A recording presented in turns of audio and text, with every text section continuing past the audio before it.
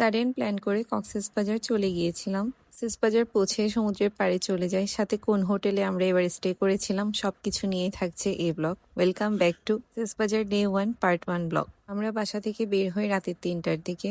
পুরো শহর তখন একদম ফাঁকা, traffic, no crowd, just quiet and peaceful vibes. তোমাদের কার কার এরকম হুটহাট প্ল্যান করে বেরিয়ে পড়তে ভালো লাগে? যেহেতু সকালের দিকে কোনো ট্রাফিকই ছিল না, তাই আমরা খুব জলদি পৌঁছে যাই ফোর সিজনে। যারা কক্সবাজার ট্যুরে গিয়েছেন তারা সবাই কম বেশি এই রেস্টুরেন্টটাকে চিনেন। রেস্টুরেন্টের ভিতরে যেয়ে দেখি কারেন্ট নাই। ভেবেছিলাম অফ, পরে দেখি এটা ওপেনই আছে, বাট কারেন্ট নাই। We order coffee and cakes. ভিতরে অনেক গরম লাগছিল, তাই আমরা বের হয়ে কফিটা এনজয় করছিলাম। Open air made that little break feel even more refreshing. যতবারই কক্সেস যাই এই রেস্টুরেন্টে ব্রেক নেই। After break we started our journey again. মাত্র সকাল হচ্ছিল, এত সুন্দর লাগছিল ওয়েদারটা। মেঘলা আকাশ, nice road, the perfect combination. Finally আমরা পৌঁছে যাই Cox's Bazar. From the car we first got a glimpse of the C.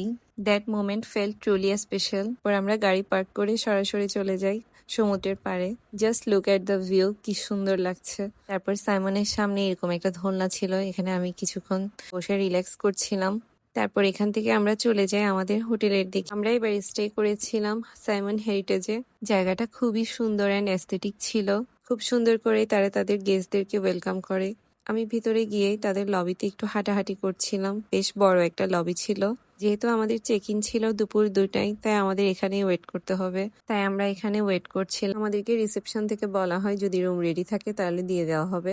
তারপর এখানে একটা ওয়েলকাম ড্রিঙ্কস সার্ভ করা হয়েছিল আমাদেরকে। এটা ম্যাঙ্গো জুস ছিল, খুব রিফ্রেশিং। তাদের এই লবির পাশে একটা শপ ছিল। It was actually a souvenir shop. শপের এখানেও অনেকগুলো সোফা রাখা ছিল, সবাই চাইলে এখানে বসতে পারবে। এই জায়গাটাও দেখতে খুব সুন্দর এন্ড এস্থেটিক ছিল। আমি হোটেল এক্সপিরিয়েন্স নিয়ে ফুল ব্লগ রেডি করব, এই হোটেলের সব ডিটেলসও জানিয়ে দিব। এন্ড ফাইনালি 9টার দিকেই আমরা আমাদের রুমটা পেয়ে যাই। এই ব্লগের সেকেন্ড পার্টে বলবো প্রথম দিন আমরা কি কি অ্যাক্টিভিটিস করেছি। Till then, by.